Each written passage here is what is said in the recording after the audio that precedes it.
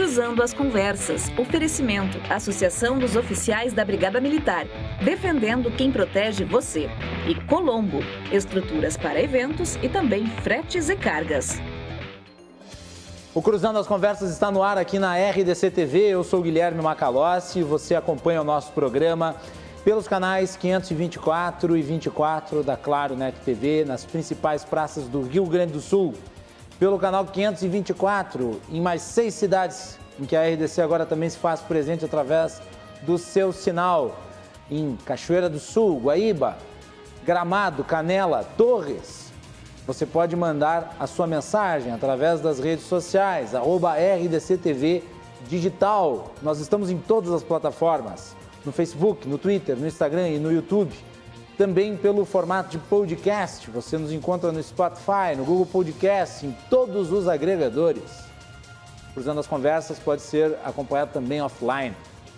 E o nosso site é rdctv.com.br, você clica na aba podcast e ali você acompanha todas as edições anteriores, os destaques, os nossos programas, com a visão dos nossos convidados aqui no estúdio e também através de videoconferência. O nosso programa é um oferecimento da Associação dos Oficiais da Brigada Militar, defendendo quem protege você. E de Colombo, estruturas para eventos e também fretes e cargas. Hoje é um dia que nós temos muitos assuntos aqui no Cruzando as Conversas, tem muito tema importante a ser abordado. Nós vamos hoje dividir o programa em 3 partes.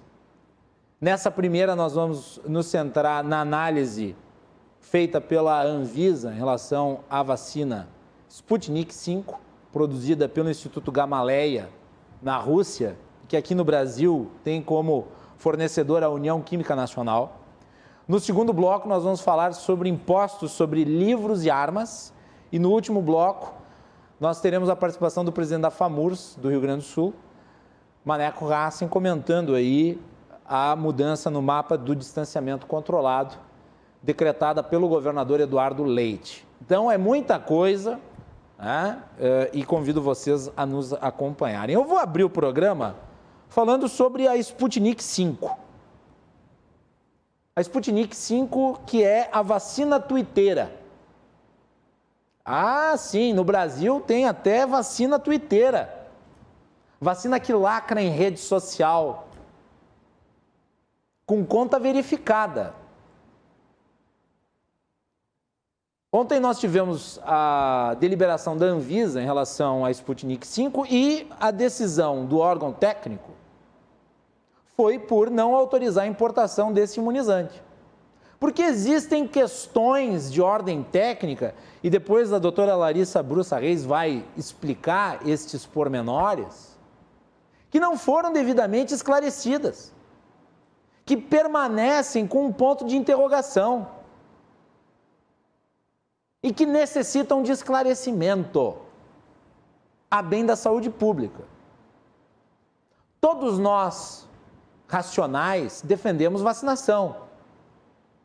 Agora, obedecendo os critérios técnicos necessários para que esteja garantida a segurança e a eficácia.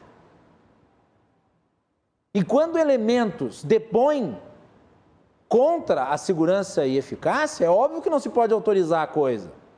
Porque você não está solucionando o problema, você está criando um outro, em potencial. Mesmo que com uma percentagem pequena de casos específicos que venham a se dar em relação aos elementos presentes constantes na tecnologia imunobiológica deste imunizante. Não se pode tolerar esse tipo de risco. E mais do que isso, não se pode tolerar a atitude da vacina, em específico, através dos seus produtores. Depois que a Anvisa deliberou a respeito, como fez com outros imunizantes, a Coronavac, a AstraZeneca e a Pfizer, exigindo os mesmos critérios de transparência, os mesmos detalhes, passaram então a utilizar a conta da Sputnik V no Twitter para atacar a Anvisa. E daí eu selecionei, pedi para que a Nádia colocasse no ar uma das postagens da Sputnik V, a vacina tuiteira. A vacina que, ao invés de trazer esclarecimentos ao público e aos técnicos, resolve ficar postando no Twitter, no Facebook. É uma coisa absolutamente extraordinária. Vamos colocar no ar?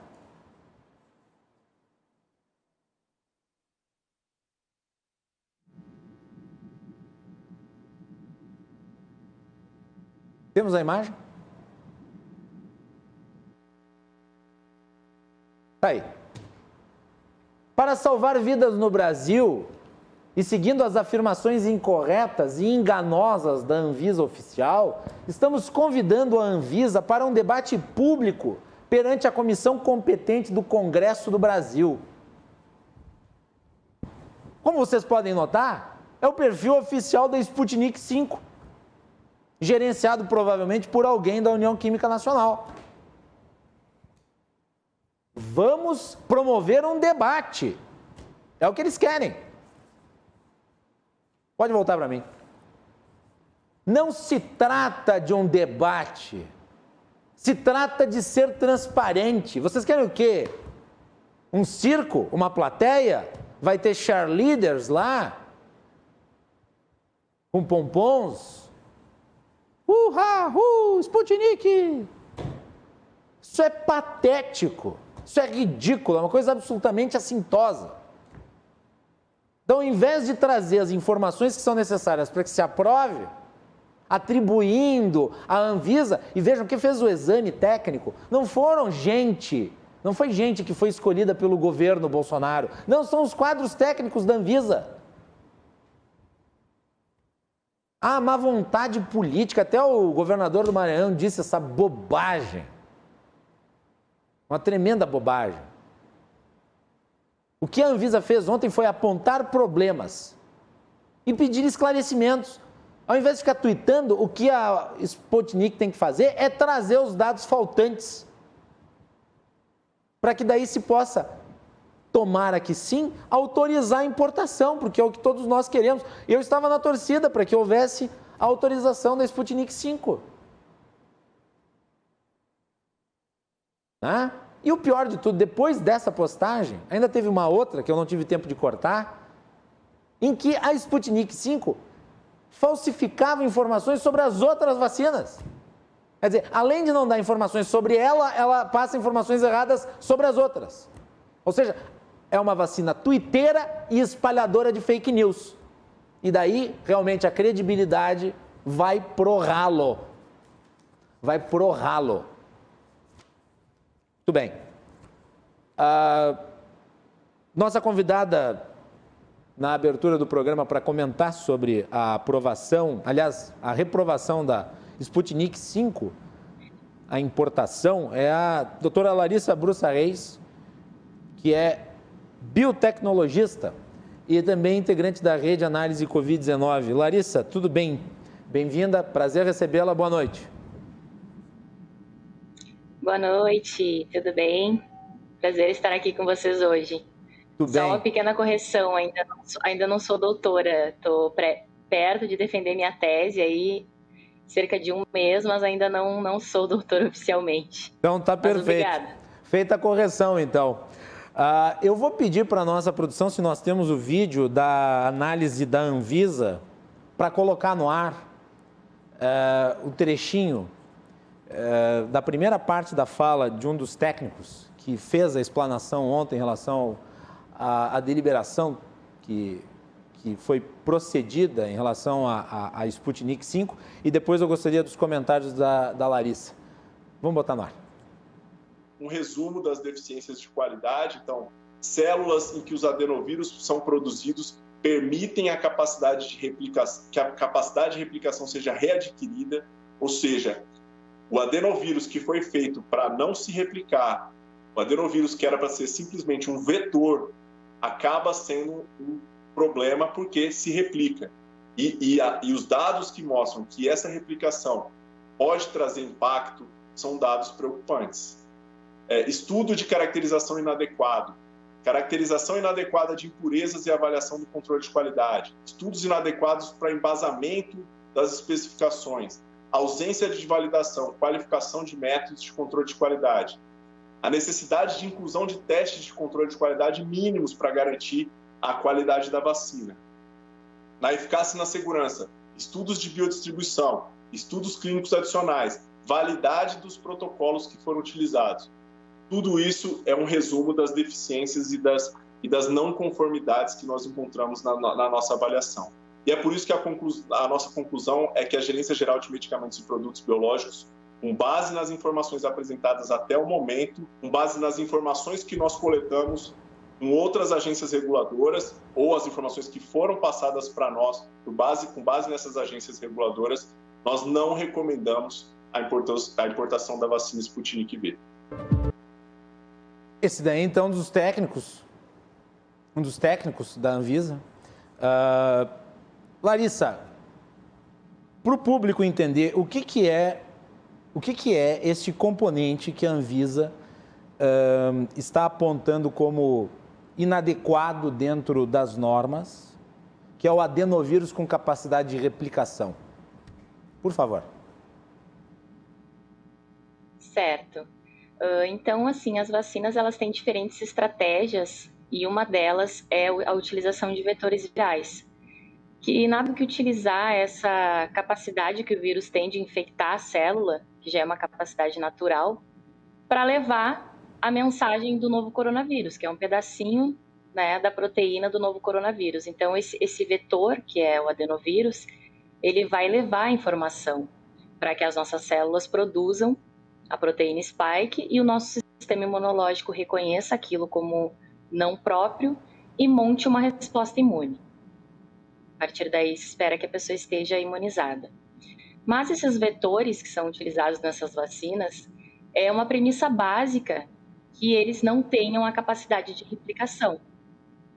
Porque como são adenovírus que causam doenças em humanos, eles precisam ter essa tecnologia, né, de estar com essa capacidade deletada. Essa capacidade de replicação não pode existir, é uma premissa básica de segurança das vacinas. E no momento que se encontra, então, um vetor que se replica, acontece toda essa não aprovação da Anvisa, né? Essas questões todas que foram apresentadas pelo técnico aí no vídeo que acabou de passar. No caso, Larissa, o adenovírus com capacidade de replicação, ele representaria um risco potencial para aqueles que recebessem o imunizante. Eu acompanhava algumas análises, doutora Luísa Caires, da USP, chegou a fazer uma matéria a respeito, falando sobre os riscos, por exemplo, para pessoas que têm imunidade baixa. Sim. Com certeza, né, esses adenovírus, eles são causadores de doenças. Por exemplo, na vacina da AstraZeneca é utilizado um adenovírus que causa gripe em chimpanzés. Esse adenovírus que está sendo utilizado na Sputnik V, nós também não temos algumas informações importantes sobre ele. E isso também é um dos motivos que fez a Anvisa negar a aprovação dessa vacina aqui. Faltam esses dados, né, ainda não foram publicados e, pelo jeito, nem no relatório da Anvisa foram apresentados, de como que é esse vetor, como ele se comportou em animais, por exemplo, em modelos animais, e como se comportou nos humanos. Os dados que a gente tem dessa vacina publicados já são os ensaios clínicos em humanos. Então, faltou um pouco essa parte de mostrar realmente, né, o que está acontecendo. E essas irregularidades apresentadas, né, pela Anvisa são bastante sérias, exatamente isso que tu disse, são vetores que podem, então, causar um malefício e que vão contra o princípio básico da medicina e da promoção da saúde, né, que é não causar malefícios. E foram exatamente os mesmos critérios de análise que foram aplicados para as outras vacinas. Quer dizer, essa alegação de que haveria má vontade em relação à Sputnik não tem cabimento, né? Não, os critérios são os mesmos, inclusive as visitas nos locais onde é produzido o IFA também aconteceu com as outras que foram já aprovadas, né? Então, na AstraZeneca, O pessoal da Anvisa foi lá na Índia ver as instalações, a mesma coisa a Coronavac na China. E aqui, essa questão da Sputnik V também, né? Além de serem vários institutos envolvidos na produção do IFA, houve ali uma nebulosidade nessa questão da Anvisa visitar as instalações, né? A Anvisa disse que foi impedida de visitar e de acompanhar tudo, que é uma questão completamente normal e importante, né? Nos traz muita credibilidade e segurança desses imunizantes. A mim, pelo menos, preocupa bastante a informação de que houve o veto à inspeção feita pela Anvisa em relação às instalações dos laboratórios que produzem esse imunizante. Quer dizer, fica aquela sensação de estão escondendo o quê? Isso não aconteceu com a Coronavac, os técnicos foram lá na Sinovac, não houve nenhum problema. Também aconteceu a mesma coisa com a AstraZeneca e a Pfizer.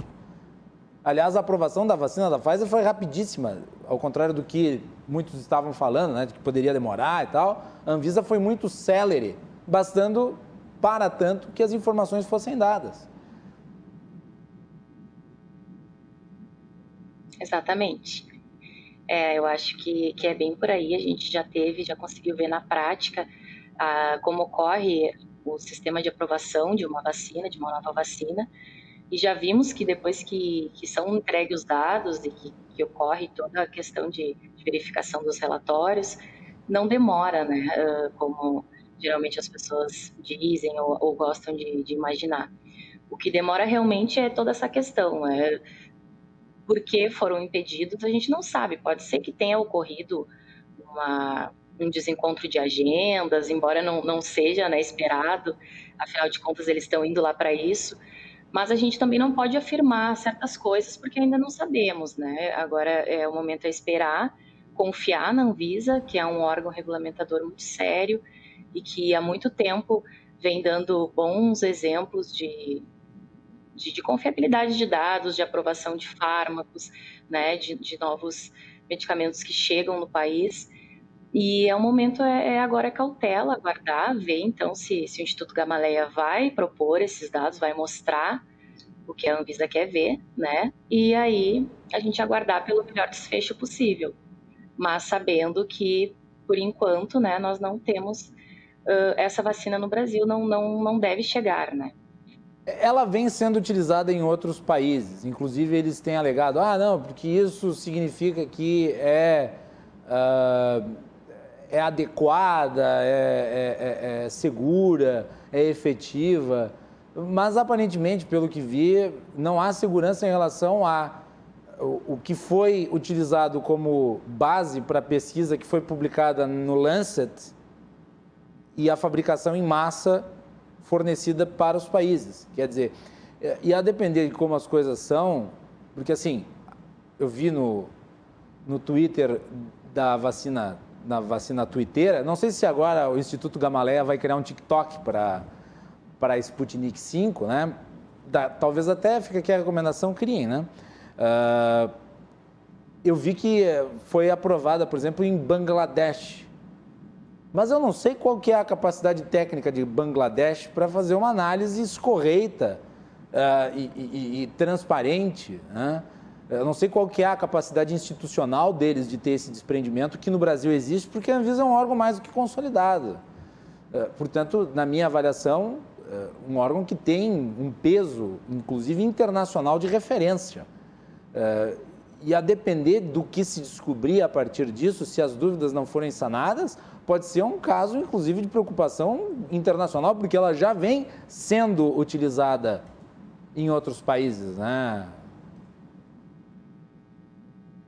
Sim. Ela vem sendo utilizada em outros países ela foi aprovada, mas a gente precisa ter em mente que cada país tem tem o seu órgão responsável, né? Ela não foi aprovada pelo FDA e nem pela Associação Europeia ainda. Então, também já foi dados alguns pronunciamentos dizendo que faltam dados, né? Um foi da Angela Merkel, que falou que realmente está faltando dados, então não é só para nós. Mas tem países que aprovam, cada país tem uma necessidade também de urgência dessa vacina. Claro que a gente sempre tem que ir de encontro à não maleficência, né? Sem dúvida nenhuma. Mas é bem como tu falou, infelizmente a gente não sabe se todos os países estão realmente seguindo critérios, tem todas as questões políticas envolvidas também, né? Que a gente está vendo aqui na pele. E, curiosamente, os países dados como referência global em termos de qualidade de normas, até agora não aprovaram, né? E eu acho que não é o caso de fazer, em cima dessa situação, alarmismo. É apenas assegurar aquilo que é o fundamental, a base de uma vacina que seja utilizável de forma adequada, né?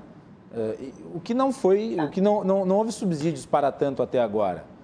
E daí propõe-se um debate com a Anvisa, quer dizer, a Anvisa não quer debater nada, a Anvisa só quer os dados. Ela está cumprindo a sua atribuição de fiscalizar.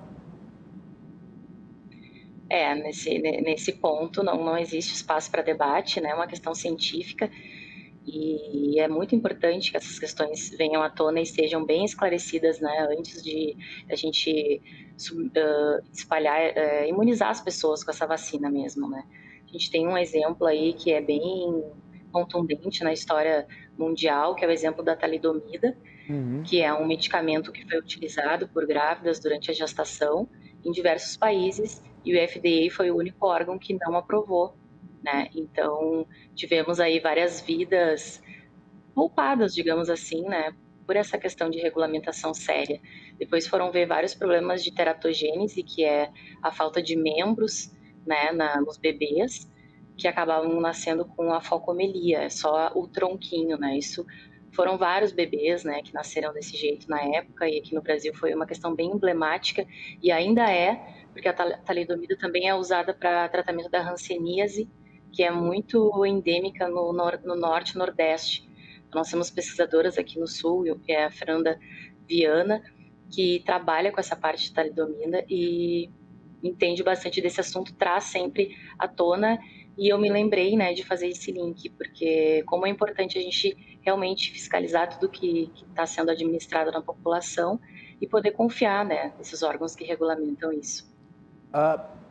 Nessas horas, os mal-intencionados utilizam a negativa em relação à Sputnik pelas dúvidas levantadas pela Anvisa para atacar as demais vacinas. A mensagem que eu me referi antes, que a própria Sputnik publicou, era linkando mortes à vacinação.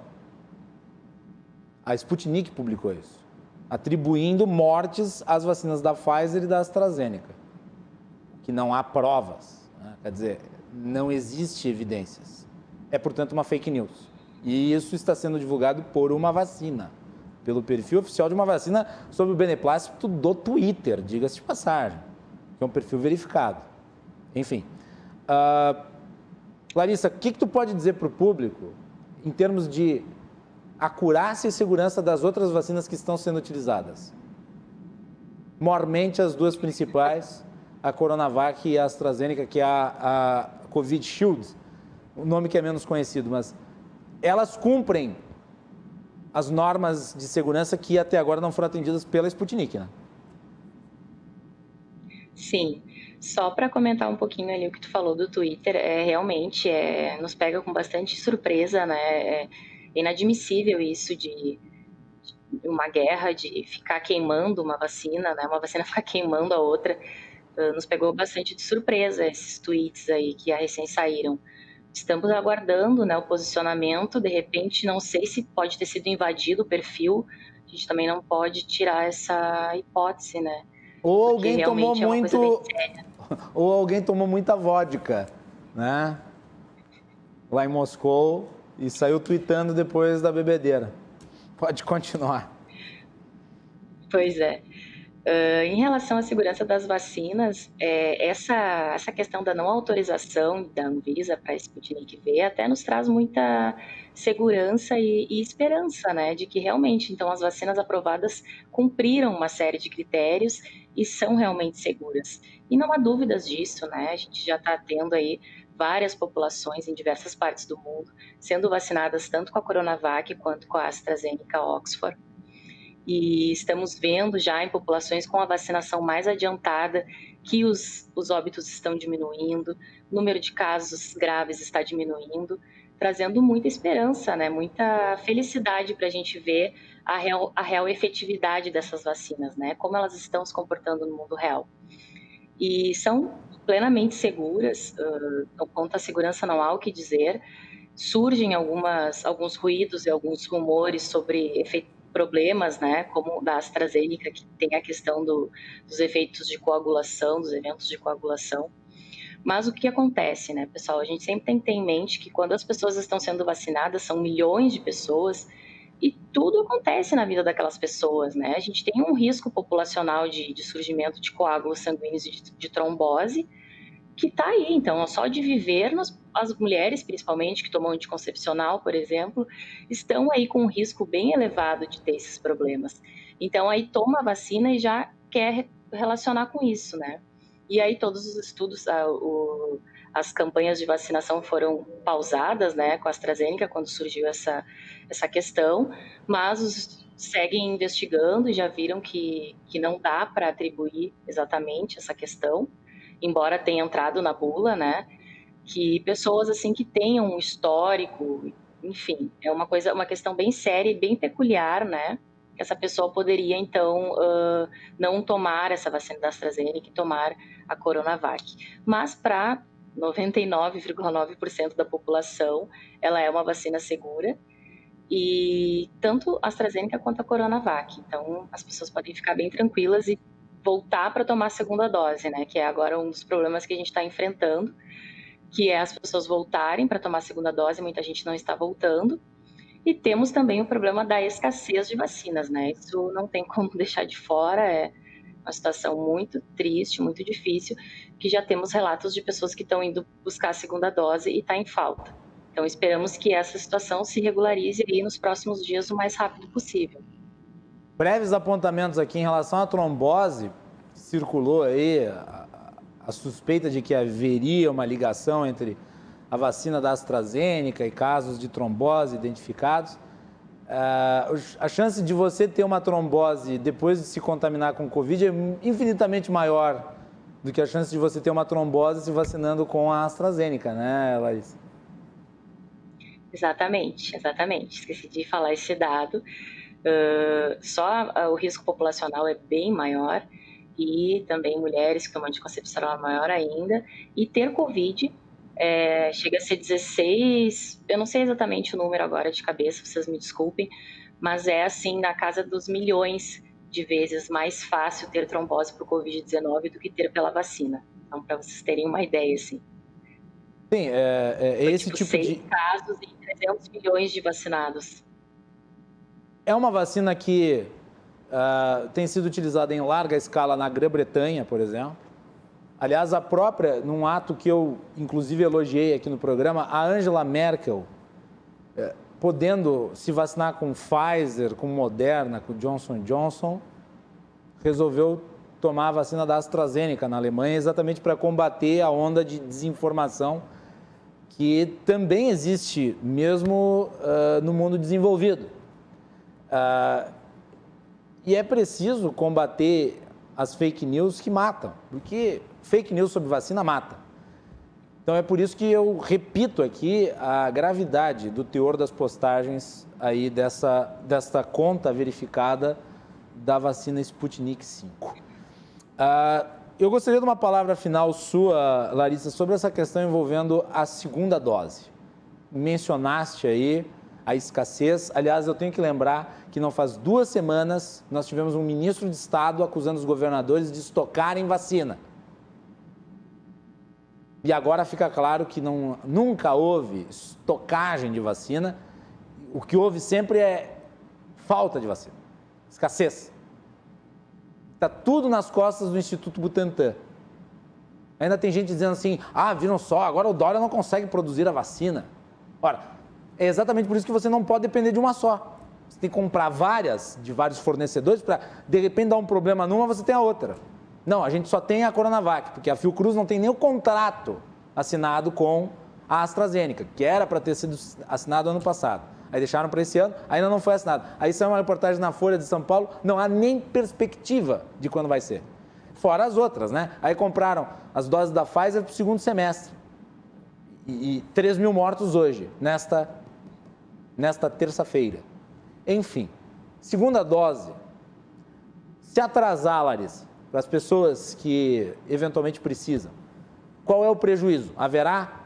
É recomendado que se tome mesmo atrasado? Esses esclarecimentos eu gostaria que tu fizesse. Então, a gente acaba ficando numa posição bem delicada, né? Eu tenho conversado bastante com os meus colegas da divulgação científica sobre isso, porque a gente faz tanta campanha, né, para as pessoas se vacinarem, a gente tenta explicar a ciência e tirar os tabus e os mitos das pessoas para que elas se encorajem e acreditem na ciência e tomem a vacina. E aí a pessoa chega lá e não tem a vacina. Realmente bem frustrante, né? Tanto para quem não consegue a vacina e para nós da divulgação científica também, porque afinal de contas é a gente que está botando a cara aqui, né, para defender as vacinas. E às vezes as pessoas não entendem, elas acham que fulana falou para eu tomar a vacina, mas não tem a vacina. A gente, né, como se a gente tivesse alguma coisa a ver. É uma situação bem delicada. A gente também não fica um pouco desconfortável de dizer o que pode acontecer, porque na realidade é uma vacina nova, é uma imunização nova, a gente não sabe, né? Se espera, né? Claro, o estudo foi feito com 28 dias de intervalo, da Coronavac, por exemplo, que é a que está ocorrendo esse problema de falta. E no 28º dia de intervalo foi onde teve o maior pico de proteção, digamos assim. Mas não quer dizer que nos dias subsequentes ou anteriores também não vai dar um perfil de proteção parecido. Só que a gente não tem dados para falar o que acontece. Então, o que a gente está recomendando para as pessoas é que aguardem chegar, né? Vai chegar, porque tem que chegar, essas doses precisam chegar. Um dia chega. E tome o quanto antes. Um dia chega, né? Fique assim atento, né? Que às vezes é questão de alguns dias realmente. As coisas assim demora muito para acontecer, mas às vezes do dia para a noite chega as doses e dá tudo certo. Então também para não preocupar, né, a população, as pessoas que já estão tão nervosas com toda essa situação. Se chegar a sua vez e não tiver a vacina no posto, aguarde no dia seguinte, fique, né, sobre aviso e tome assim que chegar. A gente espera que dê tudo certo em todo esse processo. Muito bem. Larissa Brussa, muito obrigado pela sua participação hoje aqui no nosso programa. Parabéns pelo trabalho aí junto à Rede Análise de Covid. Eu repito, a Larissa ela faz um trabalho de divulgação científica que merece todo o aplauso e reconhecimento. Está aí junto com outros talentos como o Isaac Schwarzhaupt, a Melanie Fontes Dutra, e a gente sempre dá espaço aqui no programa porque, afinal de contas, é informação que ajuda no entendimento da questão hoje, do momento, que é a pandemia. Te deixo com a última palavra. Obrigado, Larissa. Eu que agradeço e realmente é muito legal ter esse espaço, porque a divulgação científica é tão difícil quanto a ciência no país, né? E estamos aí, então, na cara e na coragem, eu e os meus colegas da Rede Análise Covid-19, da União Pro Vacina, do Todos pelas Vacinas, fazendo esse enfrentamento aí na pandemia com informações. Te agradeço muito pelo espaço e uma boa noite para todo mundo. Se cuidem. Muito bem, obrigado, Larissa. Nós vamos fazer o intervalo. Na sequência, nós vamos falar sobre tributação de livros e de armas no Brasil, uma polêmica aí. E nós vamos ter as participações do Alexandre Brito, que é o presidente da Associação Gaúcha de Escritores, e do advogado Marcos Pollon. Fiquem ligados, já retornamos.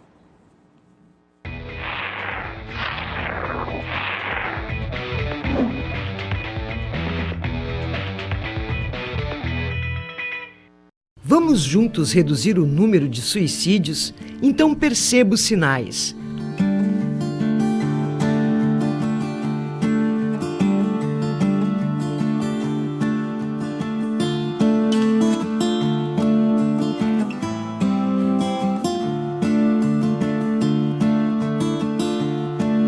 Ouça, leve a situação a sério, pergunte sobre tentativas anteriores, ganhe tempo, remova armas, cordas e remédios, comunique familiares e encaminhe aos serviços de apoio.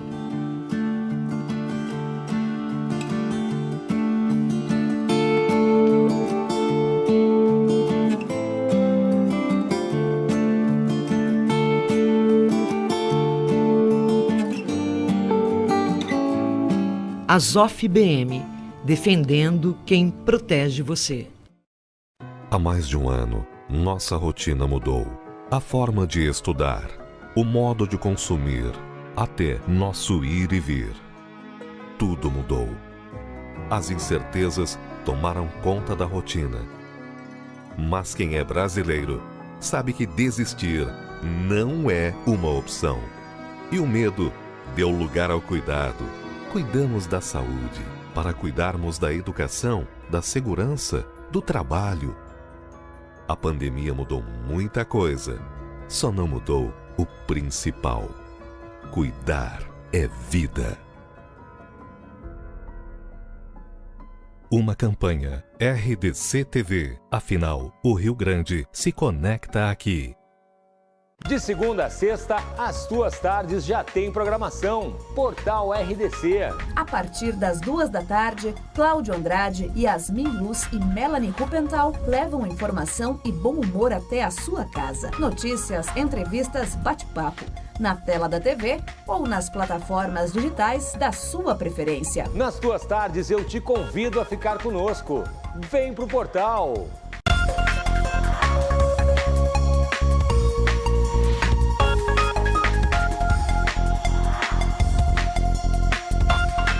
Portal RDC. Oferecimento Irmãos Galeazzi, a evolução dos metais em sua empresa. Fone 2104-1066.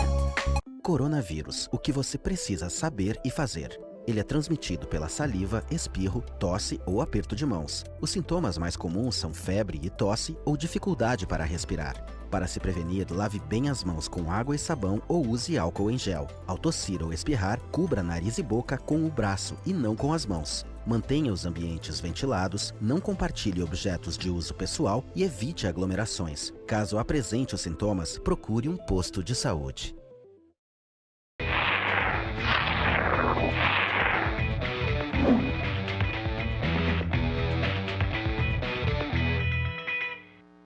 Muito bem, estamos de volta aqui no nosso programa, cruzando as conversas na noite dessa terça-feira. No primeiro bloco, nós falamos com a Larissa Brussa sobre a questão da Anvisa e da Sputnik V.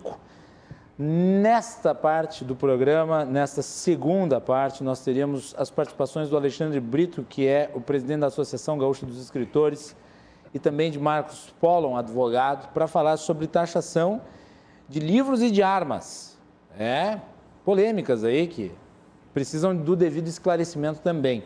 O nosso programa é um oferecimento da Associação dos Oficiais da Brigada Militar, defendendo quem protege você. E de Colombo, estruturas para eventos e também fretes e cargas. Acesse o site rdcshopping.com.br. Final de semana, Dia das Mães, você encontra lá no site do RDC Shopping uma série de ofertas de produtos especiais para você comprar e dar de presente para sua mãe. Então não perca. Preços e ofertas com condições especiais para vocês. Estamos de volta aqui e nós vamos falar sobre, nesse segundo bloco, duas ações do governo que eu acho que merecem destaque. Uma delas diz respeito ao mundo do mercado editorial, da publicação de livros, o outro diz respeito ao universo das armas. Vamos falar sobre taxação de livros e de armas. Para falar sobre isso, Alexandre Brito, presidente da AGES, Associação Gaúcha de Escritores. Tudo bem, Alexandre? Bem-vindo. Tudo jóia. É um tema importante, candente, e que, especialmente nessa última semana, entrou na pauta do Brasil inteiro, né? A audiência pública em Brasília, a Fernanda Melchiano, deputada federal, presidente da Frente Parlamentar Mista do livro, leitura e escrita, né?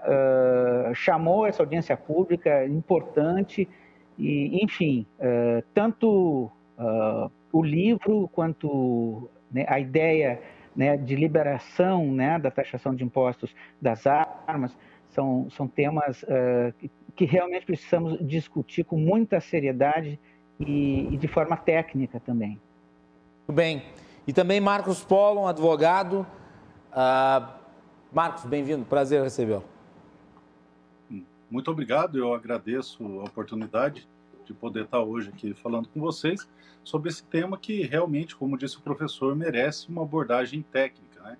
Eu que sou atual fundador e presidente do Movimento Nacional Pro Armas, a gente estuda as questões relativas à legislação de controle de armas de fogo e a tributação faz parte delas. Infelizmente é um tema rodeado por muitas paixões que acabam atrapalhando a discussão técnica do assunto e, como o professor bem ponderou, é fundamental a gente trabalhar isso aí fora das questões ideológicas e tratar de forma técnica, algo que seria muito proveitoso para todos. Eu vou começar com Alexandre Brito. Alexandre, atualmente nós temos aí uma proteção constitucional relativa ao mercado de livros, né? E também uma lei, que é a 10.864 de 2004, garantindo isenção de COFINS, PIS, PASEP. Entretanto, a proposta de lei enviada em julho de 2020 acaba com isso.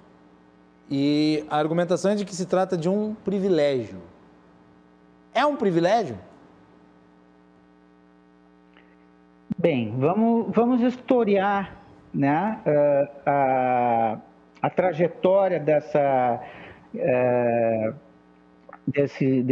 dessas taxações, imunidades, que começaram lá na década de 40, né? O Jorge Amado, ele, quando federal, né, ele encaminhou então a imunidade do papel, né? E que mais adiante, né, em 1988, né, houve então a criação do Plano Nacional do Livro Didático, né, e em 2003 nós temos a criação do Plano Nacional do Livro e da Leitura. E o que inspirava exatamente assim toda essa proteção ao livros e assemelhados é a ideia, né, da necessidade da universalização do saber, né? Uma forma de resgatar uma dívida social imensa que ainda, né, ainda somos devedores, né? E o livro, a universalização do livro é uma forma de fazer, né, esse resgate, né, a socialização do saber, do conhecimento, de oportunizar a todas as classes sociais acesso a esse objeto simbólico que é o livro, né? O livro tem uma história fantástica que evidentemente começa com a invenção da palavra há 2.800.000 anos atrás. Nós vemos num processo evolucionário, né? E surge a palavra, né? A invenção mais decisiva da espécie humana, né? Passados alguns milhões de anos, né? Há 6, 7 mil anos atrás, a escrita, né? Quer dizer, um outro momento de salto civilizatório para a espécie humana. E há bem pouco tempo atrás, né, quer dizer, a partir de Gutenberg, nós tivemos uma nova revolução que transformou as sociedades humanas de maneira decisiva, né, que foi exatamente a criação do livro e as formas de produção e de distribuição do livro. E esse saber, né, ele está protegido constitucionalmente exatamente por isso, porque o livro não é um objeto de consumo, não é um tênis, não é uma commodity, é um bem universal. E o acesso a ele tem que ser estimulado, né? E essa ideia, né, rasa, completamente equivocada de que o livro na verdade, são os ricos que leem. Os dados, né? Os dados do IBGE, os dados da Câmara Brasileira do Livro, os dados desmentem isso. A gente pode entrar aqui num debate, obviamente, contra e a favor em termos técnicos, questão de recurso que entra, recurso que não entra, abrangência. Agora, vir com essa de dizer que pobre não lê é absolutamente aberrante, né? Quer dizer, preconceituoso socialmente. Aliás, o que tem de gente endinheirada que é completamente analfabeta não está no gibi. O Mário Quintana dizia que o pior analfabeto não é o que não sabe ler, mas o que sabe ler não lê, né? Muito bem. Vou para o outro lado. Marcos, o governo tentou aí criar uma isenção na importação isenção de tributos na importação de armas. E foi muito criticado por isso, diga-se de passagem. É muito criticado por tentar taxar o mercado de livros e está sendo muito criticado por tentar isentar a importação, a tributação sobre a importação de armas. Qual que é o sentido, na sua avaliação, de permitir a isenção na questão das armas? Bom, o sentido é exatamente o mesmo que o professor ponderou. A legítima defesa não é um valor que é devido só à classe alta. A gente tem um sistema de exclusão social com base em alíquotas tributárias no mercado de arma de fogo. E veja, foi uma redução bem tímida, quase que jocosa. Houve uma redução de 20%, que não é significativo, onde você tem no mercado nacional alíquotas bens que somadas superam em muito 70% do valor do bem, né, da ferramenta de defesa. Da mesma forma, se você for fazer uma importação, isso ultrapassa em muito esse valor, inclusive, mesmo fazendo a redução de alíquota proposta pelo governo, com base no acordo da resolução GSEX, número 126/20, que foi suspensa pelo ministro Fachin na Suprema Corte, ainda assim a tributação do armamento supera em muito 70%. E o que acontece nessa redução de tributo em especial? Ela se restringe a armas curtas, que seria aquela arma destinada à defesa pessoal da residência da pessoa que mora na zona urbana. Então seriam revólveres e pistolas, certo? E essa redução representaria 20%. E detalhe interessante, ela se restringe a pessoas jurídicas, ou seja, só lojistas teriam acesso a essa redução, é claro, na expectativa deles repassarem essas reduções ao mercado. O que acontece hoje? A pessoa física ela tem o direito de fazer a importação de arma de fogo, né? E ela fazendo essa importação, essa arma chega num valor que não é competitivo para as lojas, os lojistas e importadores nacionais trazerem o mesmo produto, porque para eles a tributação é mais alta. O que acaba acontecendo, em verdade, é que neste cenário, a redução desse 20% traria aos lojistas uma capacidade de competir com essa importação da pessoa física, porque em preços finais os valores equivaleriam ao da pessoa física. Mas ainda assim, com essa redução de impostos, nós experimentamos que para cada arma que o cidadão compra para a sua defesa, ele acaba comprando outras duas para o Estado, uma vez que essa alíquota, como disse a vocês, supera hoje no Brasil 70%. Nós temos, por exemplo, 45% de IPI, mais de 27,5% de ICMS, 9,25% de PIS/COFINS, sem contar que alguns estados, como Bahia e Rio de Janeiro, ultrapassam o ICMS em alíquotas superiores a 40%. Isso acaba fazendo exatamente o mesmo corte que se pretende com essa argumentação do livro. Só as pessoas de classe alta poderiam ter o acesso a meios aptos à legítima defesa. Isso é uma boçalidade. Nós temos no Brasil uma alíquota tributária que acaba sendo extorsiva, acaba sendo impeditiva para que o cidadão tenha acesso a meios aptos de legítima defesa. E faço minhas as palavras do professor, não vejo sentido algum em se tributar livros, ainda porque no artigo 150, seção 2 da Constituição Federal, nós temos taxativamente a limitação do poder de tributar nos livros, jornais e periódicos. Não faz o menor sentido. E o argumento de que o cidadão de classe mais baixa não pode ler, não tem o hábito da leitura, é de uma boçalidade abissal, não faz a menor... É risível, é jocoso.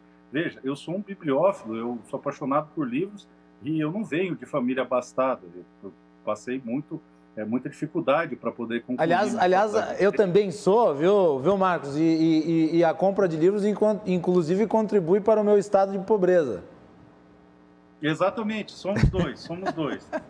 Eu sou viciado em livros, hoje eu tenho uma biblioteca modesta, eu acumulo algo em torno de 5, quase 6 mil exemplares, dentre os quais muitos tratam de legislação de controle de armas, outros tantos, que a minha paixão é a literatura. Sou um aficionado pelo Bruxo do Cosme Velho, e, claro, da mesma forma, com estética parecida ao Essa de Queiroz, e eu acho isso de uma boçalidade ímpar. Ler faz parte da vida, ler é como música. Você tirar ou limitar de qualquer forma o acesso à cultura, e seja ela qual for, num país que é sedento de cultura, é algo que não tem o menor sentido. Eu quando li a pauta, eu falei, não, mas não pode ser real, porque existe uma garantia constitucional para que isso não ocorra.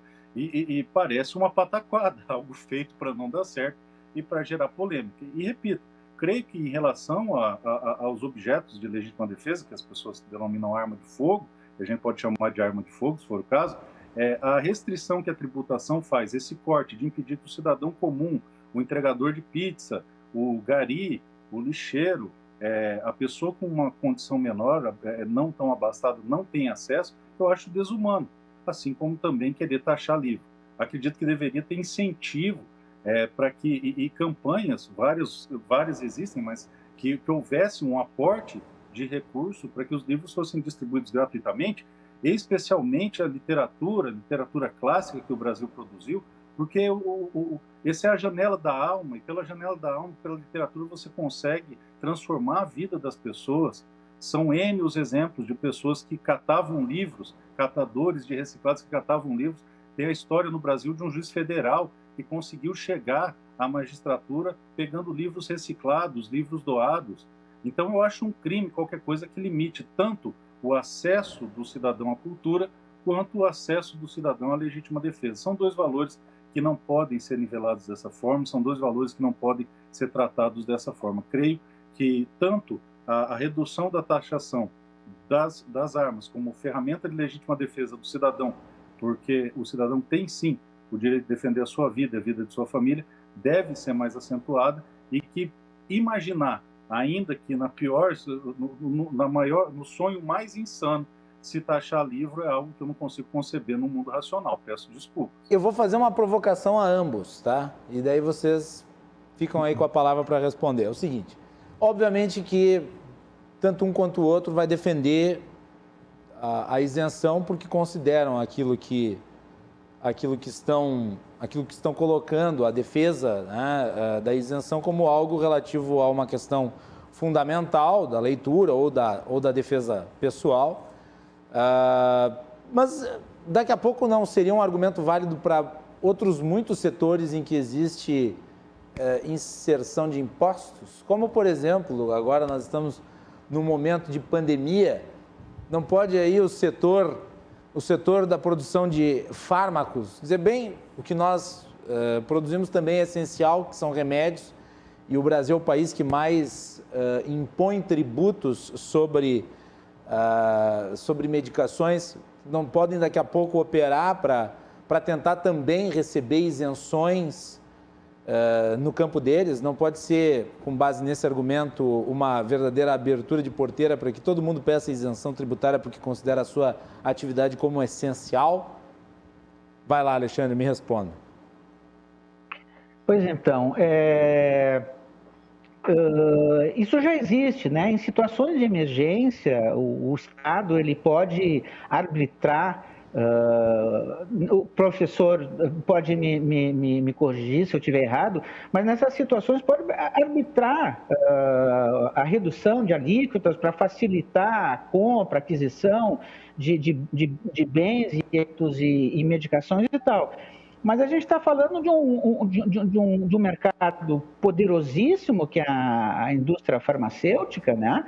E que não necessita exatamente de estímulos. A pesquisa científica, sim, que aí nós estamos falando de outra coisa. A pesquisa científica, no Brasil, inclusive, é lamentável. Nós poderíamos ter a nossa vacina e não temos, porque já de longa data, mas especialmente nesse período de obscurantismo, né, de ciência que a gente está vivendo, não houve qualquer estímulo nessa direção, né? No caso, o livro, é exatamente por isso que ele está na Constituição. Ele não é, uma indústria, um mercado poderoso, né? Ele precisa de auxílio. A cultura, aliás, em todos os países, de passagem, recebe Alexandre, diga-se de passagem, o setor vive uma das suas maiores crises. Duas das grandes vendedoras, vendedoras de livros do Brasil, que é a Cultura e a Saraiva, estão falidas. E quando a gente fala assim, no livro, na venda, a gente tem que entender esse segmento como o ecossistema do livro. Não é só o editor, não é só o livro. Tu tens toda a rede de escolas públicas e particulares, as bibliotecas comunitárias, um trabalho, uma rede de mediadores de leitura aí, de artistas, de ilustradores, de gráficos. É um segmento muito rico e vital para a cultura e para a economia. Porque exatamente o livro da base de saber, é claro que hoje estão surgindo outras plataformas, mas que o livro, a produção do livro, os escritores, né, os produtores de conteúdos, os inventores, né, o livro é o suporte do conhecimento e universalmente reconhecido, né? Eu tenho que discordar, assim, num ponto do meu colega, professor, que na verdade, livro e armas são coisas diferentes. A gente não pode tratar da mesma maneira, inclusive essas questões de taxação, de impostos, porque são coisas diferentes e precisam ser tratados de maneiras diferentes, né? Eu acho que o livro é a melhor arma contra a ignorância, contra a violência, contra a exclusão, contra, né? Enfim, e essa área, ela precisa ser tratada com muito carinho. Tu colocaste a tua indignação em relação à taxação dos livros, e eu te digo dados do IBGE, que o Marcos Pereira, o presidente do Sindicato dos Editores, trouxe ontem na audiência pública, o que é o dado verdadeiro, tá? O dado verdadeiro do IBGE, 35,12% do consumo de livros no Brasil está para aqueles com acima de R$ 9.500. Daí para cima, o consumidor que tem R$ 9.500 para cima no bolso, ele tem uma fatia de 35,12%. E daí para baixo, 64,88%, e se distribui quase que equanimemente nas classes C, D e E. Agora, Alexandre, então, o maior consumidor... É uma inverdade imensa essa fala da Receita Federal de que só o rico lê. Mas o maior consumidor de livros no país não é nem a classe rica, nem as classes pobres, é o governo. O MEC é o maior comprador de livros do Brasil. Os governos. Os governos. Os governos. Eu falo governo lato sensu, mas é o governo. Não são nem as pessoas ricas nem as pobres, não é isso? Quer dizer, quem é que é o maior comprador de livros? O maior mercado editorial do Brasil é o do livro didático. Não é esse livro, vou comprar um livro de história, vou comprar um livro sobre armamento. Tenho inclusive um amigo meu, Flávio Quintela, e o Benê Barbosa, que são meus amigos, escreveram um livro sobre armamento. Flávio já participou aqui do programa. Não são as pessoas que consomem esses livros os maiores consumidores de livros. É o MEC que vai lá e compra milhares de livros todos os anos. É isso, não é, Alexandre? É verdade, é verdade. Os programas de incentivo à leitura de todo o Brasil, e nós temos aqui em Porto Alegre um dos mais importantes programas de incentivo à leitura, que é o Adote um Escritor, que esse modelo de projeto de leitura já foi replicado para mais de 200 municípios, Brasil afora, exatamente através dessa relação com as prefeituras, né? Os programas também estaduais, nós temos o Autor Presente, né, que iniciativa do Instituto Estadual do Livro, lá no tempo que o Assis Brasil foi o diretor do Instituto Estadual do Livro, né, o Luiz Antônio Assunção, que isso, essas políticas públicas de incentivo ao livro, à leitura, a formação de mediadores de leitura, o estímulo às pequenas editoras, médias editoras que nós temos aqui no Rio Grande do Sul, são responsáveis por produzir, né, uma riqueza e que, no final das contas, se traduz no nosso índice de leitura, que ainda é um dos mais elevados do Brasil. Vou agora devolver para o Marcos. Marcos, essa pergunta que eu fiz antes, repetindo ela. Eu do setor farmacêutico também quero isenção, porque, afinal de contas, o meu setor é fundamental para as pessoas, ainda mais agora. E aí, como é que tu responde? Como o professor falou, existem, como as alíquotas cabem ao executivo, né, existem medidas que o governo pode tomar nessas situações específicas, como é o caso agora, que é uma situação de exceção da pandemia. O grande problema da tributação dos fármacos é que acaba atingindo o consumidor final. A indústria jamais, hipótese alguma, vai arcar com a questão da taxação dos fármacos, e nós compramos remédio quando somos obrigados. Ninguém compra remédio porque quer ou porque acha gostoso. E aí o que acontece? Nós acabamos sucumbindo a toda essa carga tributária. Eu sou usuário frequente de um medicamento pulmonário, sou asmático, e o medicamento custa quase R$200. E, pasme, mais da metade do valor do medicamento é tributo. E a indústria farmacêutica, de maneira nenhuma, suporta isso. Quem suporta sou eu, quem suporta é o consumidor final. E, mais uma vez, eu repito, acaba se penalizando as classes mais baixas. O que eu acredito que é injusto pensar em tributar livre, e também acho que alguns medicamentos, principalmente esses que nós somos obrigados a comprar, não se deveria tributar. E aí você se pergunta, mas e daí o Estado vai viver do quê? Olha, tem um sem número de coisas que podem ser tributadas, até sobretaxadas, como são o caso dos itens supérfluos, como é a bebida, o cigarro, e por aí vai uma infinidade de coisas. Mas a grande questão é, o Estado gasta muito e gasta mal. E gasta muito mal, diga-se de passagem. São inúmeros benefícios, são inúmeras benesses e verbas que se acumulam, indenizações, carros oficiais. Os políticos no Brasil vivem uma vida nababesca, não faz o menor sentido. Propôs-se mexer no fundo partidário e no fundo eleitoral para suprir boa parte disso, dos gastos com a pandemia, e quando se trata de mexer no bolso dos dignos parlamentares, as ações são muito tímidas. Eu acredito que antes de se falar em taxar qualquer coisa, tá, e acho justo você falar em redução da carga tributária para vários bens que são consumidos no Brasil, como os medicamentos que o senhor levantou, mas acho justo que se fale primeiro em eficácia no gasto, na utilização desse bolo. Boa parte de toda essa estrutura do Estado é gasta com pessoal, e muitas vezes a máquina pública está ociosa.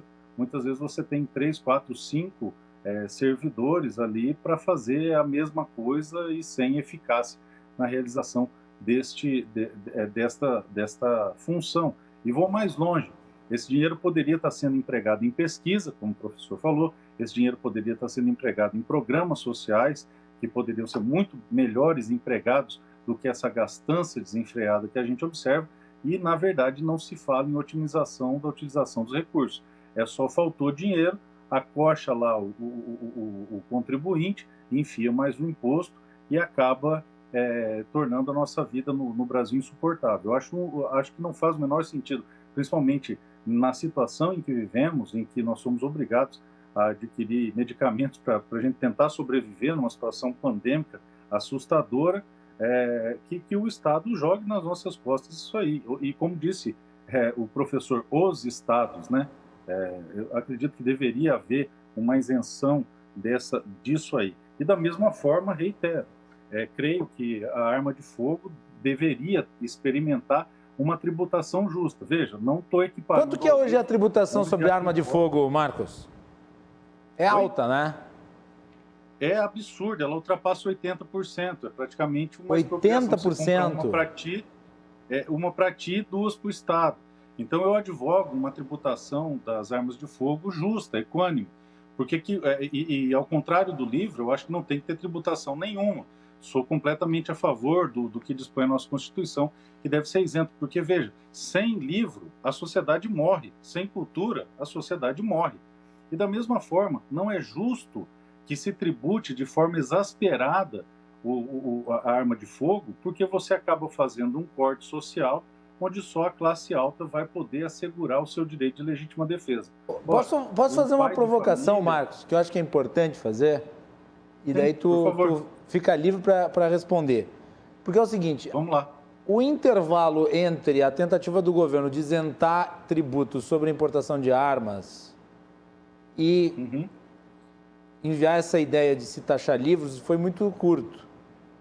Na verdade, a isenção da tributação de armas aconteceu em dezembro, começaria a valer em janeiro, né? Pois é, mas a questão do livro também não é tão antiga, quer dizer, os assuntos... Ela é de agora, né? De abril.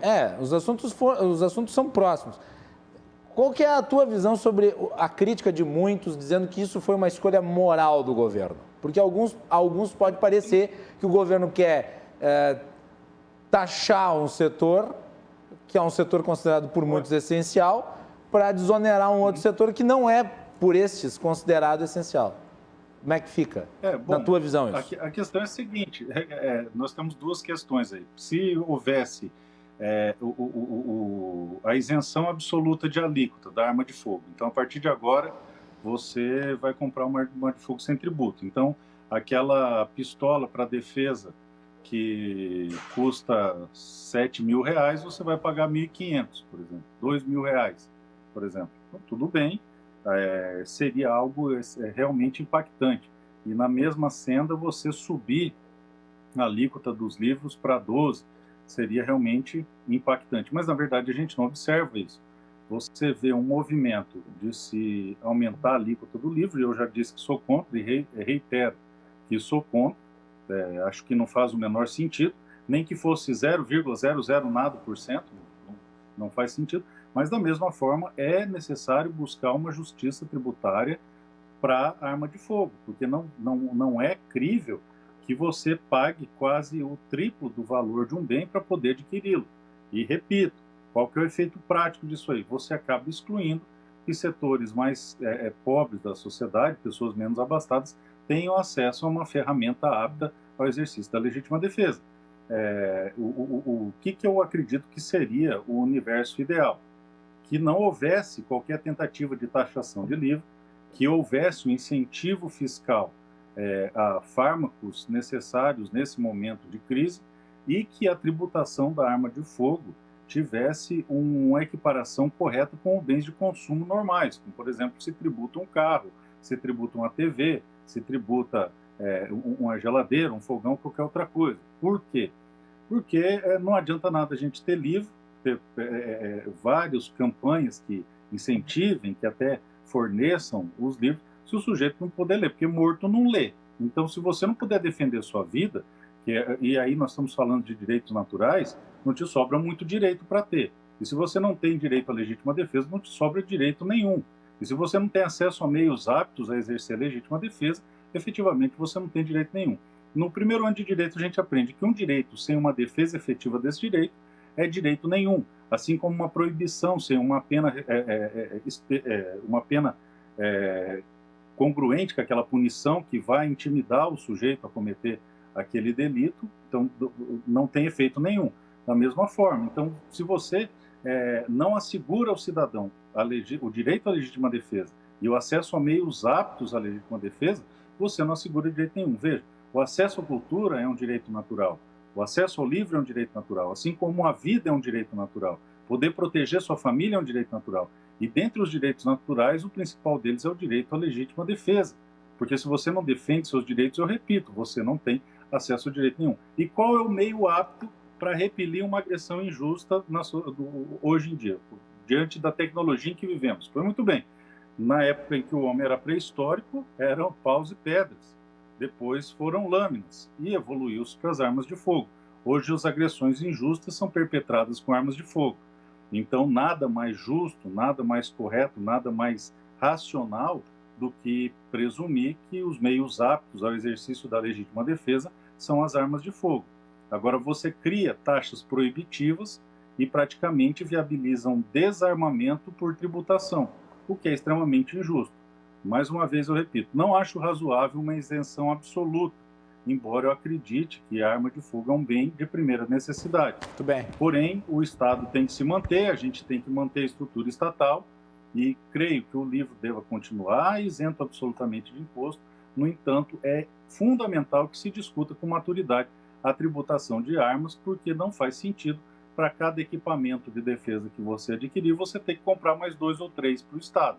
Não tem a menor razão de ser isso aí.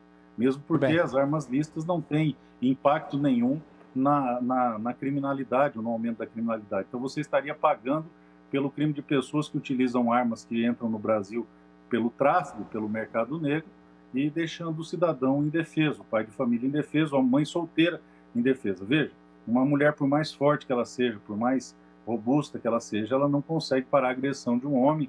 E isso é uma injustiça que a natureza desenvolveu, e a natureza a gente não questiona, isso é simplesmente um fato. E o que é capaz de uma mulher de 55 quilos utilizar para parar um homem de 120 quilos? É só uma arma de fogo. Alexandre, voltando para ti, nós já vamos nos encaminhando aí para o final, mas eu gostaria de ouvi-lo sobre o andamento do projeto e se há expectativa de ele ser bem sucedido ou de não ser bem sucedido. Qual que é a mobilização que está sendo feita?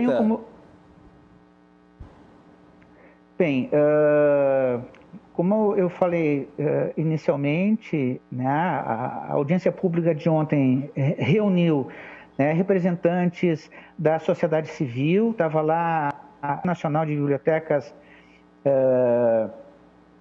comunitárias, né, o Sindicato dos Editores, Nacional dos Editores, o Conselho Federal de Biblioteconomia e a ausência da Secretaria Especial de Cultura, que parece que não entende que o seja, né, da sua esfera de competência, de interesse discutir. Está um presente, um representante da Receita Federal, do Ministério da Economia e da Secretaria da Educação. E houve uma exposição de ambas as partes, todos os participantes colocando suas questões, e a Receita e o Ministério da Economia foram muito questionados com relação aos números que eles apresentaram, né? Porque, na verdade, o impacto na economia, 12% é o que se pretende, mas o impacto real na economia é em torno de 20% né, nessa taxação, né? E isso atinge todo o ecossistema do livro, como eu falei anteriormente. Então, é a impressão que abriu uma porta para o diálogo, foi muito importante essa audiência pública chamada pela presidente da Frente Parlamentar Mista do Livro, da Leitura e da Escrita, Fernanda Melchiona, porque eu acho que aí se abre uma possibilidade de discutir melhor essas questões todas, colocar os dados reais para que comprovem a impropriedade dessa taxação. E eu não quero perder a oportunidade de me colocar em relação ao que o meu colega acaba de falar, porque, como eu falei, são coisas diferentes, precisam ser tratadas de maneiras diferentes, né? Existem estudos de grandes especialistas, nós temos grandes especialistas, e não só teóricos, especialistas de universidade. Não, o Luiz Eduardo Soares, que foi secretário de Segurança do Rio de Janeiro, ele é um dos maiores opositores do armamento da população. Né? A Ilona Zabó, que é uma das especialistas chamadas, olha, uma sumidade assim, que discute essa questão, até porque o Brasil é um dos países mais violentos do planeta. Então, é uma questão que é muito discutida por especialistas, por entendidos da área e por interessados inteiro da área de segurança. Né? E aqui tem uma fala de alguém que é das maiores mentes no estudo da criminalidade no planeta, né? Da Universidade na Inglaterra, de Cambridge, Universidade de Cambridge. Ele diz o seguinte: se há mais armas, há mais crimes. Lawrence Sherman. Então, tudo que vai na direção de uma liberalização, de que haja uma licenciosidade em relação, isso vai gerar rendimento, pedindo vênia, né, ao entendimento, à posição do meu colega, isso vai gerar mais violência. Isso vai gerar mais violência. E quando a gente observa, né, as políticas desse governo de praticamente assim abrir qualquer, se não fosse o Supremo Tribunal Federal, né, e não sei se vai ser revertido isso na prática, quer dizer, não só os armamentos, mas o rastreamento de munição, de tudo liberado de uma forma. Então parece que tem um pacote todo que essa isenção das armas se circunscreve. E isso interessa a muita gente. Eu acho que é legítima a defesa da legítima defesa, né? Mas eu acho que talvez o furo seja muito mais embaixo. E hoje sabe-se o risco, o perigo iminente de formação de milícias pelo Brasil inteiro. Isso é um risco, e facilitar o acesso à arma, né? Quer dizer, uma arma não é um tênis, não é um tênis, né? Assim como o cigarro mata lentamente, e ele é extremamente tributado, porque é algo lesivo ao indivíduo e à sociedade como um todo, a arma, da mesma forma, é um objeto perigoso, né? Danoso, que ele pode se transformar em algo doloso, seja por intenção ou seja dente. Então, assim, eu digo novamente, pedindo vênia, né? Eu acho que são coisas diferentes que precisam ser tratadas de forma diferente, né? Eu agradeço a posição, assim, com relação, né, ao livro que o meu colega expressa. Fico muito feliz, mas eu não posso dizer isso, né? Que a verdadeira arma contra essa violência que nos atinge é o livro. Essa é a grande arma, é a solução de todos os conflitos, né? E a minimização, né, de todas as desigualdades, né? Uma arma não é algo entre iguais, né? É uma questão realmente complexa e deixo aqui a minha posição. Marcos, temos aí 8 minutos até o fim do bloco, então dá para cada um falar mais uma vez. Vai lá, Marcos. Comentar os comentários do professor. Realmente a arma não é uma coisa entre iguais, é uma coisa que iguala os desiguais. Como eu disse, uma mulher de 50 quilos não pode se opor a um agressor homem de 120 quilos. Isso, a única igualdade que ela vai conseguir é tendo em mãos uma arma de fogo. E pasme, professor, se ela sofreu uma agressão injusta, não vai ser atirando livros no agressor que ela vai evitar o feminicídio ou até um crime de violência sexual.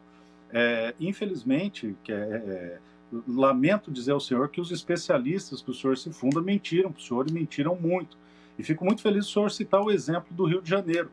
Rio de Janeiro é o município brasileiro que proíbe taxativamente a comercialização de armas de fogo. Olha que interessante.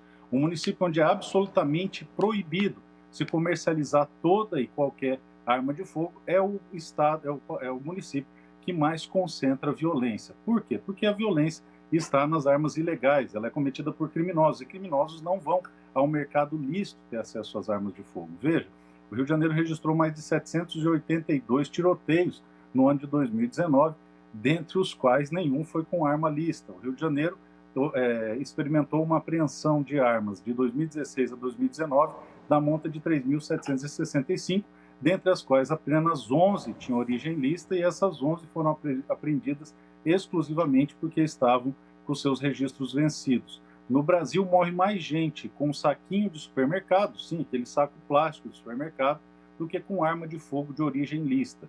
Então, quando a Ilona Zabó e todos esses especialistas, com muitos aspas, atribuem à arma de fogo o aumento de violência, eles esquecem de dizer que essas armas de fogo não têm qualquer origem lícita, são armas decorrentes do crime organizado. E veja que interessante, enquanto o especialista de Cambridge diz que mais armas redundam em mais crimes, do outro lado do oceano você tem, por exemplo, em Harvard, o professor John Locke Jr., que escreveu a obra Mais Armas, Menos Crimes, que demonstra que o aumento de armas lícitas representa um impacto negativo no aumento de crimes. E isso foi experimentado no Brasil, que demonstrou empiricamente esse resultado, na medida em que um aumento de mais de 91% de armas de fogo lícitas comercializadas no Brasil representou uma queda de mais de 22% nos índices de homicídio, fazendo despencar esses índices para patamares inferiores a 1999, conforme os estudos realizados pelo CEPEX, que é um órgão que pegou os dados das mortes com armas de fogo do Ministério da Saúde. Então, perceba, há sim diferença entre armas e livros. Há sim a necessidade de que a sociedade se aprimore através da cultura, tendo acesso a livros. Mas, quando a violência bate a porta do cidadão, quando a violência bate a porta da cidadã, a única alternativa que ela tem é a possibilidade de defender sua própria vida. E, infelizmente, um livro não é uma ferramenta eficaz para fazê-lo. Todas essas narrativas criadas por esses ditos especialistas que o senhor citou, e eu os conheço muito bem, são narrativas infundadas, que destoam da realidade, e posso provar isso para o senhor, tendo em vista um estudo realizado pela própria ONU. A ONU, a entidade que mais fomenta o desarmamento das nações do mundo, tanto que, em frente ao seu prédio principal, tem como escultura uma arma em tamanho gigante com um nó na ponta, atestou taxativamente que a relação aumento de número de armas e aumento de crimes é falaciosa. Veja, a ONU está falando isso, não sou eu, não é um professor de Harvard, é a própria ONU, que é uma instituição séria. A gente não vamos tomar como verdade. Só para concluir... Para concluir, porque o nosso tempo está estourando. Outro aspecto interessante em relação a isso é a questão do controle. Toda essa narrativa de que o controle acaba com as medidas do governo, isso é uma grande falácia. Na verdade, o controle é muito rígido, e o controle de armas no Brasil experimenta um nível de rigor superior aos índices recomendados pela ONU. Continua existindo autorização prévia para compra, a história de que a autorização acabou mentirosa, continua existindo fiscalização de insumos de munição, o que se pretendia era tirar só o projétil, que é um pedaço de chumbo, uma chumbada de pesca, o que aponta necessariamente para uma revisão desses dados, uma revisão desses estudos, que se pauta mais em preconceitos do que em conceitos. Muito bem. Marcos, muito obrigado pela participação aqui hoje no Cruzando as Conversas. Prazer recebê-lo no programa. Te agradeço aí a participação. Eu que agradeço ao professor pela finesse e educação. É sempre muito bom debater com alguém de alto nível, como o meu colega de bancada. Reitero que numa ocasião próxima seria muito satisfatório se pudéssemos conversar à mesa, para que eu pudesse apresentar esses dados que tenho colhido ao longo de muitos anos. E sim, seria ideal que no mundo ideal, repito, nós não precisássemos de armas de fogo. Mas como há necessidade, vivemos num mundo onde o mal existe, quando ele se apresenta, precisamos de uma ferramenta eficaz para detê-lo, inclusive para a minha segurança e para a segurança do meu colega. E, enfim, se o Estado usa a arma de fogo para se proteger, seria justo que o cidadão também pudesse fazê-lo. Muito bem. Obrigado, Alexandre, pela participação. 2 minutinhos para a despedida. Te agradeço. Então, eu continuo fiel, né, à minha crença de que o livro é a maior arma de todas contra a violência e é uma vacina também, né? essa é uma questão realmente complexa, eu não sou especialista na área, né? Mas eu quero dizer que a luta é contínua, né? E a gente está no momento assim, de grande questionamento dessa intenção da taxação dos livros, e devemos seguir agora adiante com uma agenda, né, em Brasília, pressionando o governo e inclusive assim, já se conseguiu o número necessário de assinaturas de parlamentares para pedir a exclusão dessa taxação da lei que está lá no... Né? Existem várias leis que estão em tramitação. Uma delas é esta, que é a que inclui a taxação. São duas, se não me falha a memória. E já se tem, né, a partir do trabalho da frente da escrita, o número para poder realizar esse esforço de tirar de dentro dessa lei essa taxação extremamente injusta e deplorável. Muito bem. Alexandre, muito obrigado novamente pela participação aqui no programa. Foi um debate de alto nível, que ficou mais agora no final, né? E eu agradeço ambos aí por terem participado da edição de hoje do Cruzando as Conversas.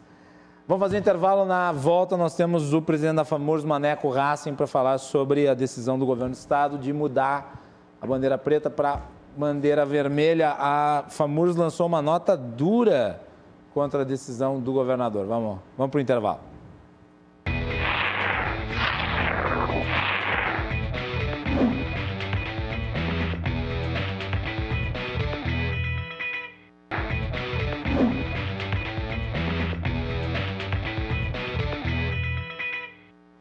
Cruzando as Conversas está de volta. Neste último bloco, tivemos vários assuntos aí ao longo da edição de hoje. No primeiro, falamos sobre a vacina Sputnik. No segundo, sobre a taxação de livros e a proposta do governo também de isenção no tributo de armas importadas. E nesse terceiro, nós vamos falar sobre o grande assunto do momento. Nós voltaremos a discutir isso na edição de amanhã, mas já dando um apontamento aqui... o governador Eduardo Leite resolveu mudar a bandeira do estado de preta para vermelha depois da decisão de ontem do Tribunal de Justiça, que por unanimidade não deu provimento ao recurso impetrado pela PGE, Procuradoria-Geral do Estado, que pedia anulação de uma decisão de primeira instância que impedia a volta às aulas presenciais. Basicamente, o que a Justiça deliberou é que não poderia haver a volta às aulas presenciais enquanto houvesse a bandeira preta, mesmo com a flexibilização dos protocolos. Aí o governador foi lá e, na canetada, mudou as bandeiras. Eu até fiz uma piada hoje de tarde. Disse, bom, se o critério é a canetada, então por que não mudou logo para amarelo? Né? O governador se manifestou a respeito. Vamos botar no ar. Antes de qualquer coisa, eu quero apresentar minha solidariedade aos pais, às mães e mesmo às crianças do nosso Rio Grande.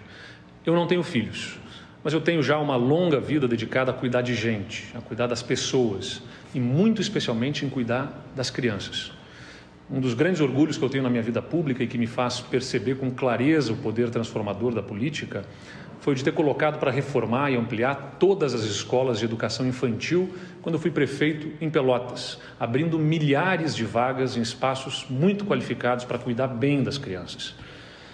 Independentemente de quem seja a responsabilidade pelas dificuldades no retorno às aulas, seja do Executivo ou do Judiciário, ambos são poderes do Estado e o Estado deve um pedido de desculpas à população que eu faço aqui. Nós queremos as nossas crianças voltando às aulas presenciais com cuidados, com protocolos. Mas as aulas precisam ser presenciais, especialmente para a educação infantil e para a alfabetização. É uma luta que nós travamos desde o fim do ano passado e que agora, diante da interferência do Judiciário, acaba sendo prejudicada. E essa interferência no processo, embora legítima e soberana, é absolutamente equivocada e incoerente. O Judiciário usa, por exemplo, o modelo e as fórmulas que foram criadas por nossa equipe técnica para apurar o nível de risco, mas despreza a análise que os nossos técnicos fazem para definir o que deve ser restrito e o que deve funcionar. Nós respeitamos a decisão, mas não nos resignamos com ela. O nosso modelo do distanciamento controlado foi pioneiro, construído com muito esforço, com análises técnicas e científicas, mas nós nunca vendemos para a população como se fosse um modelo perfeito. Até porque, mesmo com um ano de pandemia, o mundo todo ainda está aprendendo sobre o coronavírus e sobre os seus efeitos. A recente onda que nós enfrentamos, por exemplo, foi muito diferente daquela que nós tivemos em 2020 e que fizeram necessários diversos ajustes, como o da salvaguarda ao longo do tempo, assim como são necessários ajustes nesse momento. Pois é, né? E a FAMURS, que é a Associação dos Municípios do Rio Grande do Sul, considera a medida arriscada. Soltou uma nota oficial, inclusive. Se puder colocar, temos a nota? Está aí a nota, então. Está com letra pequena, né? Eu vou ler só um parágrafo da nota. A FAMURS considera altamente arriscada a medida de conversão para a bandeira vermelha um dia após a decisão da Justiça de manter a suspensão das aulas.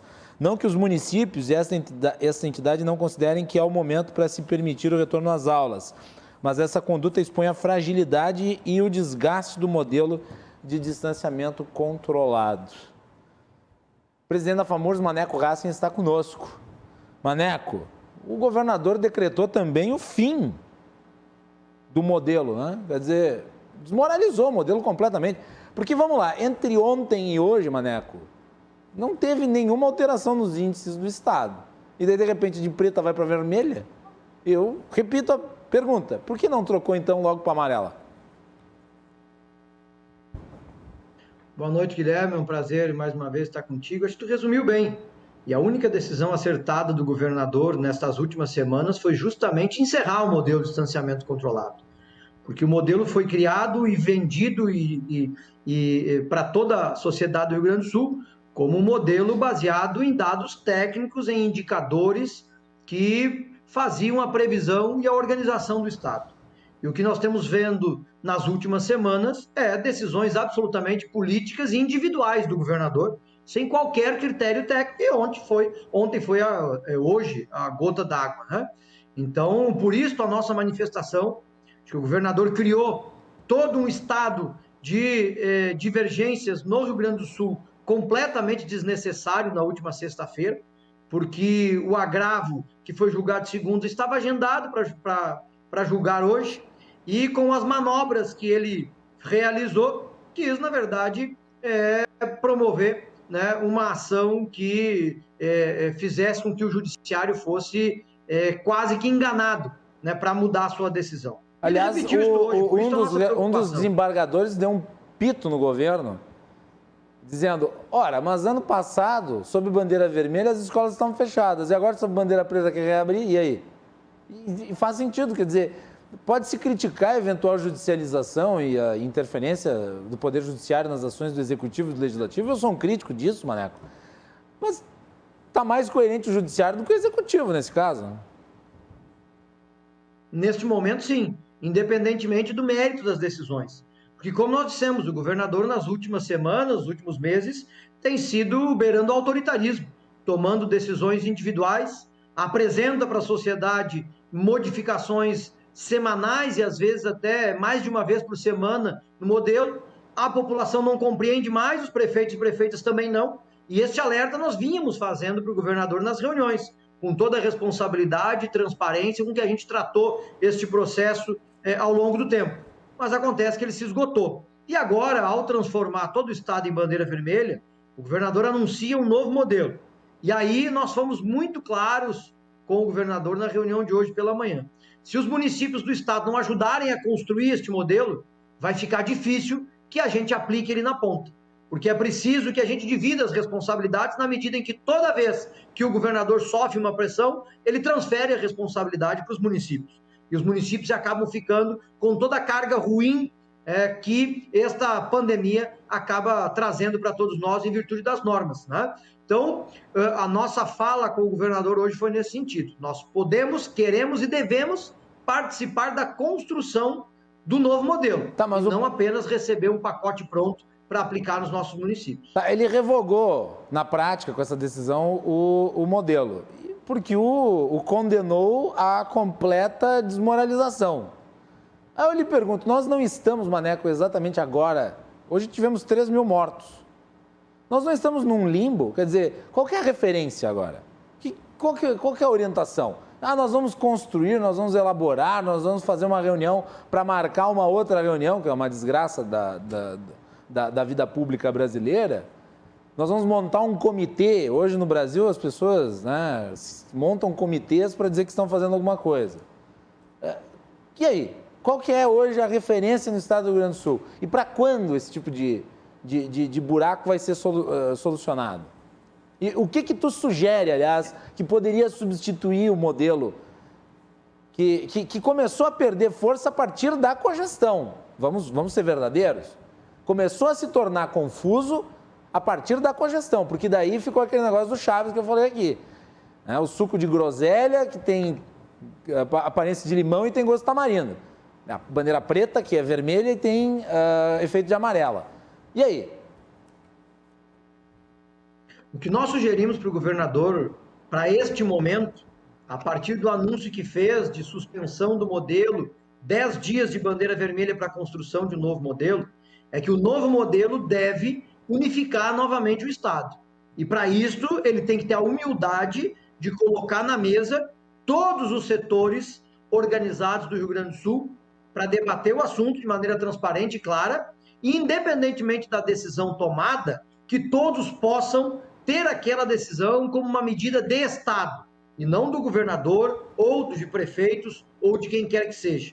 A pandemia nos obriga a nos unir neste momento, minimamente com regras mínimas para o combate à pandemia. Não é fácil? Não é fácil. Até porque, no último período, o governador acabou cedendo a todas as pressões que sofreu. E aí, isto passa uma imagem para a população de que basta gritar que a gente acaba modificando as normas que estão vigentes. Aí eu te pergunto, não é mais fácil gritar com o prefeito?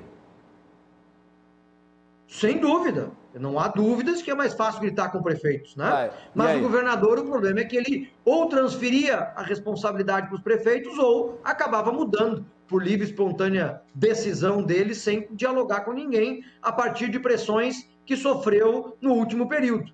Então, por isso é que nós sugerimos ao governador que tome as decisões para o próximo modelo com muito diálogo e com muita paciência e sabendo ouvir. O bom gestor, ele precisa saber ouvir e ter a humildade de, às vezes, entender que não tem razão.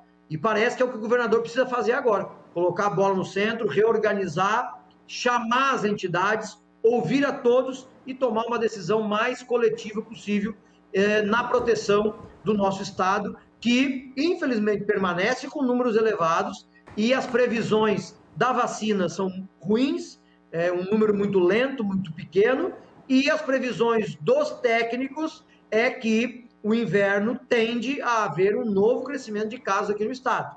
Então, este horizonte precisa estar aos nossos olhos, porque a decisão de amanhã pode nos prejudicar no futuro. Tá, mas aí vai ouvir todo esse mundo de gente aí, e é difícil chegar a um equalizador, né? Não terá consensos, Macalossi, porque se o governo não tiver um critério, não é possível. E o critério que se tinha, que eram os critérios técnicos dos indicadores, o governador foi gradativamente atirando pela janela. E aí, hoje, não há dúvidas. Para qualquer pessoa no Rio Grande do Sul que tu perguntar, todo mundo sabe que as bandeiras, o modelo de distanciamento controlado é uma decisão única e exclusiva política do governador. E aí, por isso é que as pressões começam a se acentuar, porque as entidades entenderam que o modelo não é técnico e que basta uma pressão para ele ser modificado. Muito bem. Maneco, obrigado aí pela participação. Nós vamos repercutir isso com mais aprofundamento amanhã. Eu recebi informação de que o prefeito Zafa de Gravataí já confirmou a liberação das aulas a partir de amanhã na cidade dele. E eu acredito que isso vai acontecer em outros municípios, né, Maneco? Sem dúvida. Nós pesquisamos ontem e sexta-feira nas regiões. Há uma divisão no Estado na questão da volta às aulas, e não poderia ser diferente, é um tema polêmico, difícil, né? Alguns municípios vão proibir a volta às aulas, outros vão liberar para todo mundo, outros vão liberar só para as escolas privadas. Então, vai ficar, né, cada cidade com o seu modelo diferente, a partir justamente de mais uma liberação do governo do Estado que transfere a responsabilidade. As cidades que autorizarem as escolas privadas e não autorizarem as públicas vão estar fazendo apartheid social. Ou não libera para nenhuma das duas, ou libera para as duas. Agora, liberar para quem tem dinheiro e deixar o pobre sem ter educação é uma coisa que eu considero absolutamente inconsequente. Concordo parcialmente contigo, Macalossi, e sou bem franco, né, nesta análise. O problema é que hoje tem uma divisão no Estado que é mais ou menos assim. As escolas privadas, por razões óbvias econômicas, querem voltar, e as escolas públicas, na medida em que os professores têm, né, a estabilidade do emprego, não querem voltar. Então, esse é o cenário do Estado. E aí, quando tu não tem uma liderança para organizar isso, quando tu não tem uma liderança com um método claro e consciente para dialogar com a população, acaba cada um fazendo da maneira que acha correta. Muito bem. Maneco, obrigado por ter aceitado o convite em cima da hora, mas é que a nota da FAMURS não saiu faz muito tempo. Te agradeço aí a entrevista. Tu retornas aí, o Cruzando as Conversas, numa próxima oportunidade. Um abraço. Obrigado.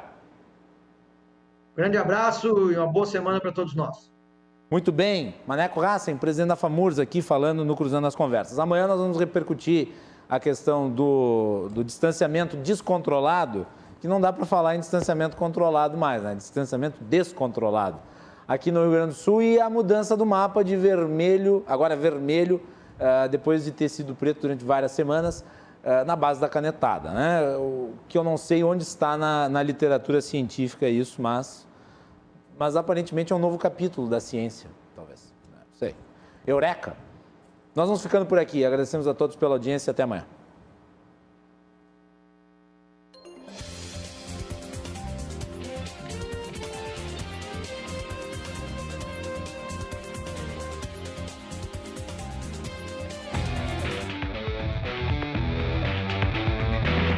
Cruzando as Conversas. Oferecimento. Associação dos Oficiais da Brigada Militar. Defendendo quem protege você. E Colombo. Estruturas para eventos e